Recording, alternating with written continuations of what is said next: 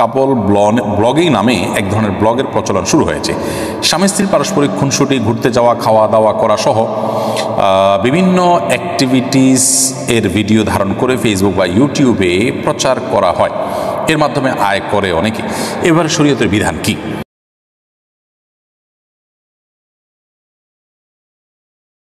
দেখুন, এটা নির্লজ্জতার অপর নাম আমরা বলতে পারি। কারণ কাপল ব্লগিংয়ের মাধ্যমে নিজের স্ত্রীকে বিভিন্নভাবে ভিডিওতে প্রদর্শন করা হয়।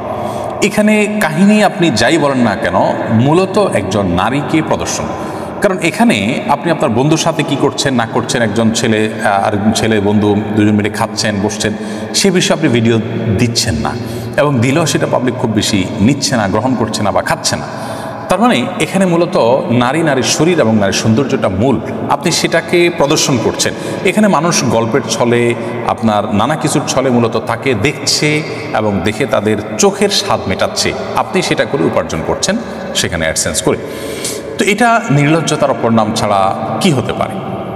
আমাদের রুচি নামতে নামতে এমন একটা পর্যায়ে চলে গেছে যে আমরা আসলে হিতাহিত জ্ঞান পর্যন্ত হারিয়ে ফেলেছি। আপনি আপনার স্ত্রীকে সাজিয়ে গুজিয়ে যখন কোনো ভিডিওতে প্রদর্শন করেন, এটা দেখে মানুষ কি চিন্তা করে? আপনি নিজে যখন অন্য কারোর সুন্দরী নারীকে দেখতে পান, বিশেষ করে যখন তাকে খোলামেলা পর্দাহীনভাবে দেখতে পান, তখন আপনার মনের মধ্যে কি চিন্তা আসে? আল্লাহ তো এভাবে সৃষ্টি করেছেন, মানুষ আকর্ষণ হবে। মানে এইগুলোর প্রতি, দুনিয়ার এই সমস্ত আল্লাহর সৃষ্টির প্রতি লোভ হওয়াটা এটা অস্বাভাবিক না, এটা স্বাভাবিক। সেই বিষয়টাকে আপনি জেনে শুনে এই তথাকথিত কাপল ব্লগিংয়ের মাধ্যমে আপনি উপার্জন করছেন, এটিকে আমি নির্লজ্জতা বলবো। এটি আত্মসম্মান বোধ সম্পন্ন কোনো মানুষ করতে পারেন না। আপনি প্রথমত অ্যাডসেন্সের মাধ্যমে উপার্জন করলে সেখানে বৈধ অবৈধ মিউজিক ছাড়া বিভিন্ন রকমের অ্যাড আসার কারণে সেটা দৃষ্টির মধ্যে জায়েজ হয় না। শুধু যদি ভালো ভালো কিছু অ্যাড, যেগুলোতে হারাম কিছু নেই, সেরকম কোনো অ্যাড প্রচারিত হয় এবং তার বিনিময়ে আপনি গ্রহণ করেন, সেটি জায়েজ হতে পারে। কিন্তু যেহেতু নর্মাল অ্যাডসেন্স যেগুলো হয় সেগুলোতে সামান্য কিছু আইটেম সিলেক্ট করা গেলেও অনেকগুলো নিজের নিয়ন্ত্রণের বাইরে থাকে, সেখানে হারাম কিছু চলে আসে, যেটা এটা হালাল না। এক। দ্বিতীয়ত হলো, আপনি সেখানে নিজের স্ত্রীকে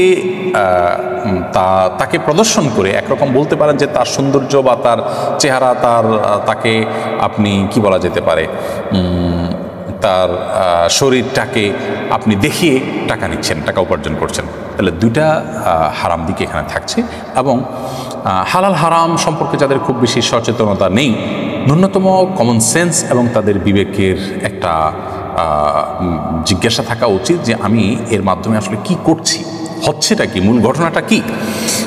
নারীকে এখন আমরা দেখি বিভিন্ন জায়গায় ব্যবহার করা হচ্ছে। আপনারা দেখবেন যে আফগানিস্তানে নারীদের পড়াশোনা নিয়ে যারা খুব বেশি সোচ্চার ছিল, তাদের অধিকার নিয়ে অনেক কথা বলতো। গাজায় বহু আপনার গর্ভবতী নারীদের আপনার গর্ভখালাস সঠিক প্রক্রিয়া করা যাচ্ছে না, অপারেশন করা যাচ্ছে না, অ্যানেস্থেসিয়ার অভাবে হসপিটালে বোমা হামলা করা হচ্ছে। এখানে কিন্তু নারীদের মুক্তি নিয়ে তেমন কোনো আওয়াজ তাদের মুখে নেই। তো এই সমস্ত সভ্যতার ভেগদারি আপনার কপট এবং ভণ্ড মানুষগুলো, তারা কিন্তু আমাদেরকে অনবরত সবক শেখাতে থাকে। তারাই কিন্তু সমাজে